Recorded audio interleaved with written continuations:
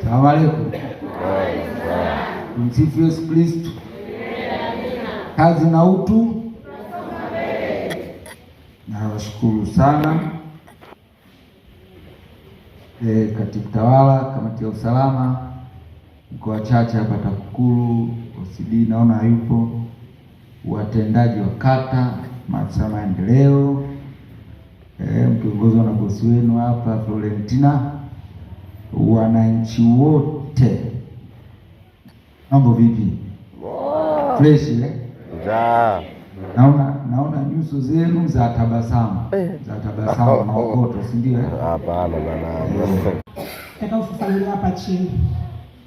Utoaji wa mkopo kwa mwaka wa fedha 25/26 kwa kipindi cha Oktoba hadi Disemba 25. Halmashauri ya Liwale ilitoa mikopo yenye thamani ya shilingi milioni 301,381,300 kwa vikundi 54, ambapo wanawake vikundi 30 vilikopeshwa milioni 64,700,000, vikundi 20 vya vijana vilikopeshwa milioni 230,881,300, na vikundi vya watu wenye ulemavu ni 4 ambao vilikopeshwa shilingi milioni 5,800,000. Kwa kipindi hiki cha Januari Machi 2026, halmashauri ilitangaza uwepo wa fedha za mikopo wenye thamani ya shilingi. Msifu Yesu Kristo.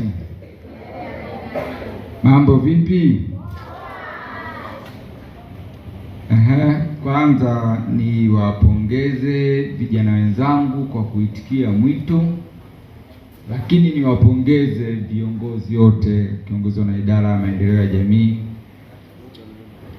pamoja na watumishi wengine wa halmashauri, mwenyekiti wa jukwaa la vijana, katibu, lakini ni wapongeze kamati yangu ya usalama, watoa mada, mshauri wa jeshi la akiba Bwana Hemedi, mkuu wa TAKUKURU. Mimi nimefurahishwa sana na mjadala wenu, ila mmenikuna zaidi wakati mnampiga.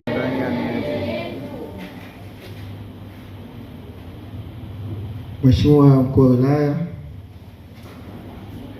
mgeni wetu ambaye umealikwa kwa ajili ya uzinduzi wa jukwaa la vijana la wilaya ya Liwale, katibu tawala wa wilaya,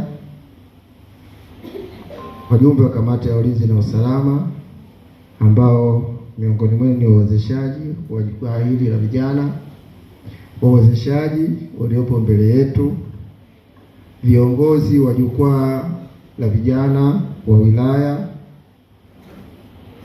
afisa vijana wa wilaya,